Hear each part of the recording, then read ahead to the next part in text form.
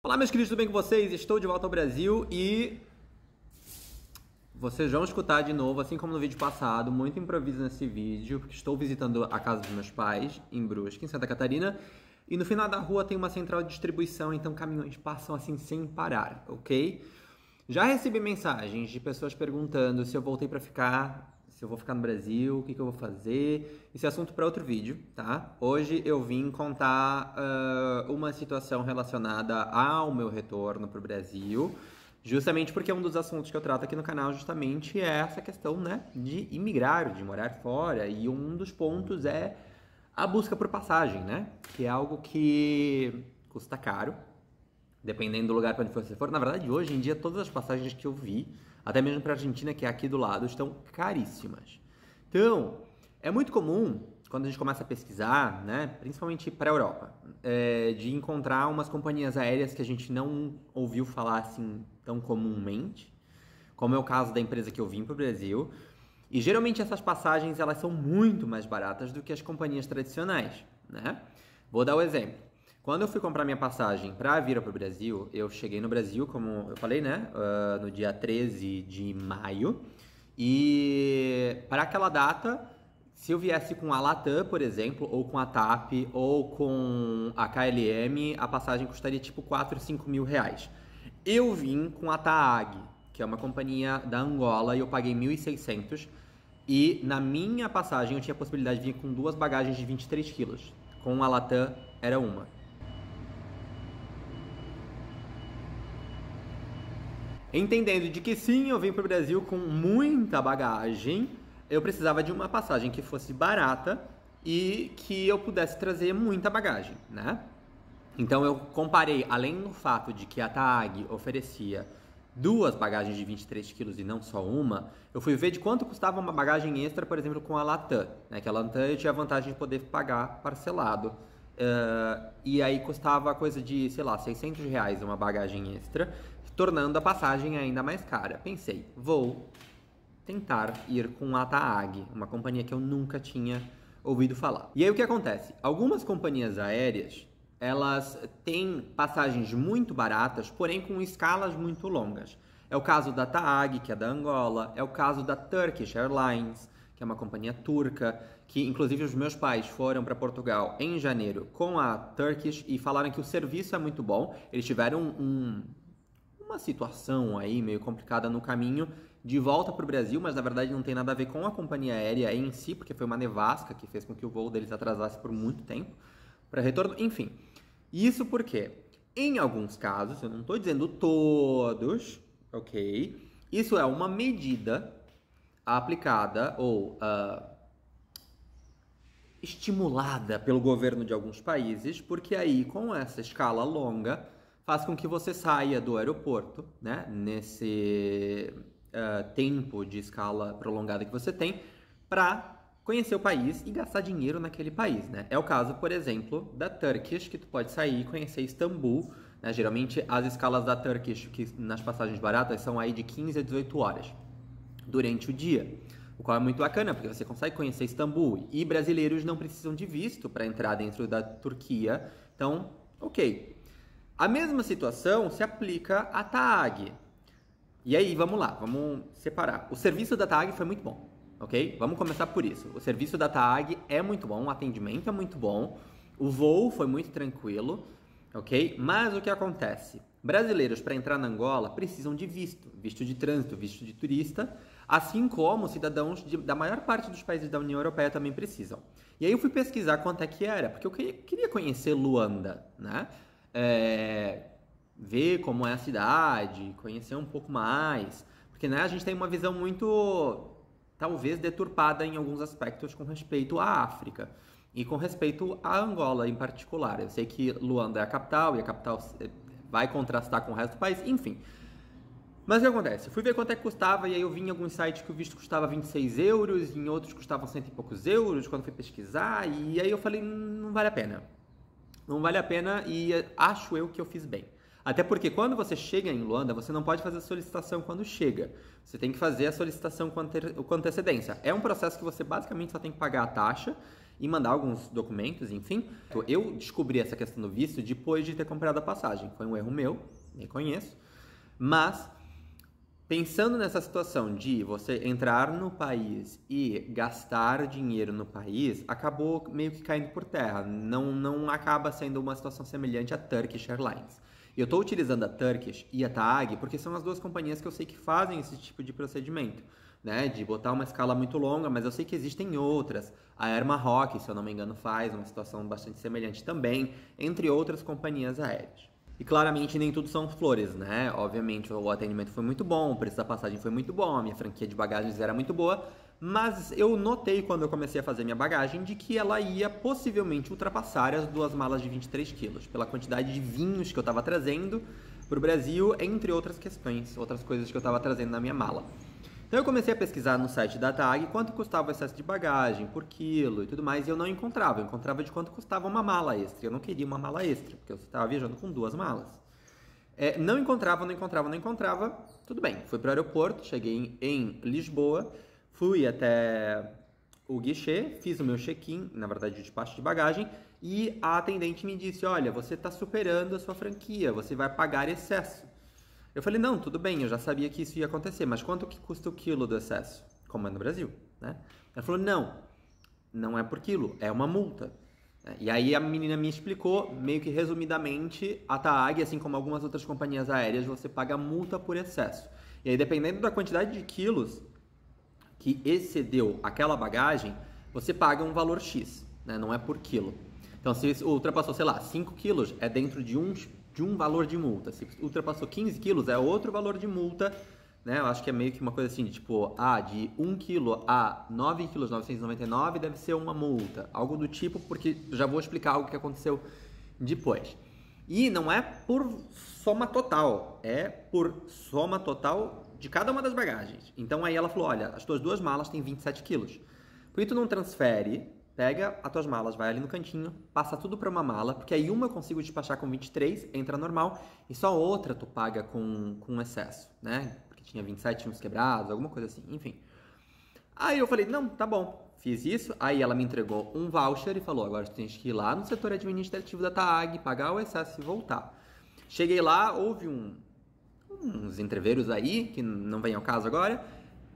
Quando eu consegui resolver tudo, a mulher colocou na nota fiscal de que a minha mala, o meu excesso, tinha sido de 9,5 kg, sendo que na verdade tinha dado um pouco mais, tinha superado os 10 quilos de excesso naquela bagagem, porque eu tinha tirado um pouco a mais da outra, né?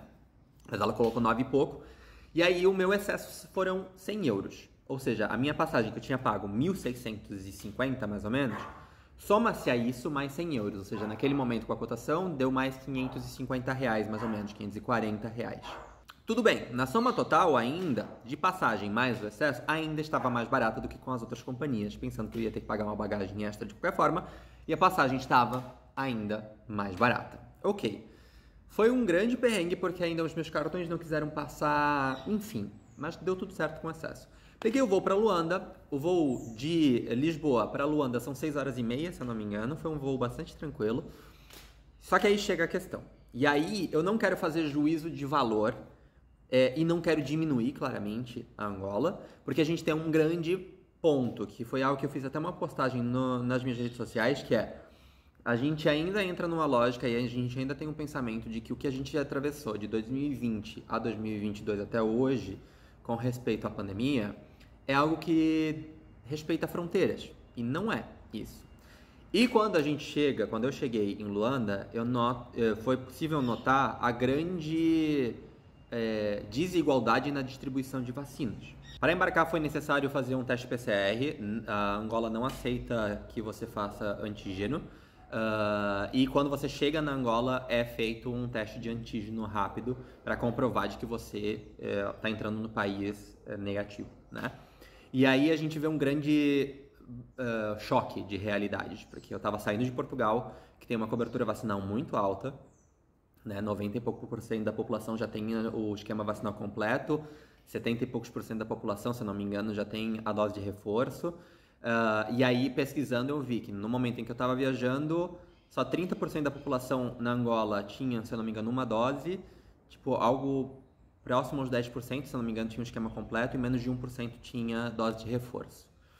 E aí, vou colocar até uma foto aqui, quando você chega lá, um caminhãozinho, um ônibusinho te pega, te leva para um galpão, e aí tem essa situação aqui, de que você é atendido dessa forma, como se fosse lá no início de 2020, que você faz um teste de antígeno rápido ali. Se você tiver em escala, quem paga esse teste é a companhia aérea. Se caso você está indo viajar para Angola por X motivo, a trabalho, enfim, você é que faz o pagamento desse teste, ok? E aí, você faz o teste, espera, eles te chamam, mas tudo assim com muito distanciamento, tudo muito cauteloso ainda, com as batas, os face shields, as máscaras, tudo. Eles te entregam o resultado e aí você pode entrar dentro do aeroporto. E aí, quando eu estava indo viajar, como eu tinha essa situação, né, de que o visto, tinha que pagar pelo visto, tinha mais essa situação dos testes e tudo mais, eu decidi não sair do aeroporto, até porque eu tinha visto que a Angola é um país um pouco violento e perigoso com turistas. Claramente, de novo, eu não quero diminuir, não quero marginalizar, não quero estigmatizar. Foram alguns relatos que eu vi de pessoas que fizeram esses rolês de sair do aeroporto e ir para outros lugares e voltar. Muita gente falou que adorou a experiência, muita gente teve experiências que não são muito agradáveis, e eu sei que isso é a mesma coisa que acontece com estrangeiros quando chegam, por exemplo, em São Paulo, no Rio de Janeiro. Só que como eu tava viajando e eu tava assim, muito cansado e ainda tinha uma viagem muito longa pela frente, eu falei, eu não quero arriscar, né? Então eu acabei ficando dentro do aeroporto mesmo. E aí, por conta disso, eu fui ver se tinha possibilidade com algum cartão de crédito meu. E aí eu sei do baita privilégio, que é isso que eu vou falar agora, ok? Eu reconheço de que isso é um privilégio meu. E aí eu consegui acesso, um amigo meu, Alexandre Tenório, conseguiu acesso para um lounge que tem no aeroporto. E quando a gente pensa em lounge, a gente pensa né? Primeiro a gente pensa em aeroportos, né? O aeroporto da capital de um país que faz voos internacionais, a gente pensa em um aeroporto grande. E o aeroporto 4 de fevereiro, que é o aeroporto de Luanda, pode até ser um aeroporto grande, não me pareceu tão grande assim, mas ele me pareceu pouco estruturado. Eu vi que tem, né, pesquisando para fazer esse vídeo aqui e para publicar, mostrar algumas fotos, eu vi que tem um projeto de ampliação, porque Angola tem crescido bastante economicamente e tal, mas ele parece um aeroporto pequeno. Tanto é que dentro você encontra tipo feira de produtos locais, o qual eu achei bacana, porque né, ao invés de tu estar lá vendendo produto de duty free que tu encontra no mundo inteiro, você está vendendo o produto da cultura local, do seu país, para que levem para fora, sabe? Mas é algo que me chamou atenção porque é diferente. E quando a gente pensa em lounge geralmente você tem acesso a banheiro, comida e bebida livre, né? E aí, de novo, isso é um baita privilégio que, tipo, muita gente não tem esse acesso. Enfim, entrei lá, consegui ter o acesso, e aí a gente tinha 3 tickets, eu tinha 3 tickets que eu podia utilizar com comida ou bebida. Banheiro não tinha iluminação, pelo menos tinha Wi-Fi e tinha ar-condicionado para que eu pudesse descansar. E aí eu basicamente dormi esse tempo enquanto estava lá. De novo, reconheço de que todo esse trecho que eu falei de lounge é um baita de um privilégio. E de que, enfim, eu provavelmente, se eu ouvisse alguém falando isso, eu faria algum comentário bastante, né? Tipo, força, guerreiro. Porque é um comentário, é isso. Enfim. Resumidamente, aí depois, no final, né, fui pegar o voo, notei da quantidade de brasileiros que tem morando, que estão hoje na Angola, trabalhando na construção civil, muitos que vão para contrato de trabalho e depois voltam. Notei, escutando alguns comentários, que o controle sanitário para entrar com produtos do Brasil na Angola, tipo de alimentação, é baixíssimo, mas, enfim, né, comentários à parte. E peguei meu voo. Estava muito cansado no voo de Luanda para São Paulo. Eu dormi o voo inteiro, basicamente. Mas, de novo, o serviço foi muito bom, tudo. No final das contas, valeu a pena? Financeiramente, valeu. Mas pensando de que eu saí de Coimbra, fui para Lisboa de trem, aí depois tive que carregar um monte de mala até o aeroporto, pega os voos, faz essa escala de 16 horas que eu fiquei em Luanda, não pude sair para conhecer a cidade. Cheguei em São Paulo, em Guarulhos. De Guarulhos eu fui para a rodoviária do Tietê. Peguei mais um ônibus para Santa Catarina, porque os voos dentro do Brasil estão caríssimos também. Fisicamente foi bastante exaustivo, né? Então, assim, se você está pensando em gastar pouco e utilizar alternativa dessa, entenda de que você está fazendo isso para gastar pouco, mas que quem vai pagar vai ser o seu corpo. Assim, eu cheguei em Florianópolis e eu tava quebrado. Eu tava muito cansado. E aí, né, é o cansaço, é o estresse de ter que ficar carregando as coisas de um lado pro outro. Mas se você tá indo com pouca bagagem, ou você tá indo e você quer gastar pouco para poder aproveitar o dinheiro para outras coisas, vale a pena, né? Enfim, só queria contar essa experiência, e foi uma experiência bastante curiosa em alguns aspectos, de que mostrou aquilo que a gente já sabe, né? Que é a desigualdade em vários aspectos que a gente tem hoje, né? Por exemplo, a Europa vive de uma forma e a África, que está um pouco abaixo, vive de uma forma totalmente diferente, em questões sanitárias, assim como em questões de direitos básicos. Mas, enfim, foi um choque de realidade em alguns aspectos, por mínimo que foi, mas que era algo que eu já esperava encontrar, mas que claramente uma coisa é você idealizar e outra coisa é você ver. E é isso. Acredito eu que o próximo vídeo que eu postar aqui, aí eu trago mais novidades com respeito ao que eu vou fazer daqui pra frente. Se eu volto para algum lugar, se eu fico aqui, o que eu faço, porque assim, ó, tem muita coisa acontecendo no momento, tem muitas coisas. Hoje é quinta-feira, esse vídeo deve sair talvez hoje, talvez amanhã, talvez no fim de semana, enfim. Talvez quando vocês estejam assistindo esse vídeo já coisas aconteceram, mas enfim, prometo, trago novidades assim que possível. E é isso. Até mais. Tchau. Se inscreve aqui embaixo. Deixa um comentário. Curta, compartilhe. Já até esqueço de fazer isso. Tchau.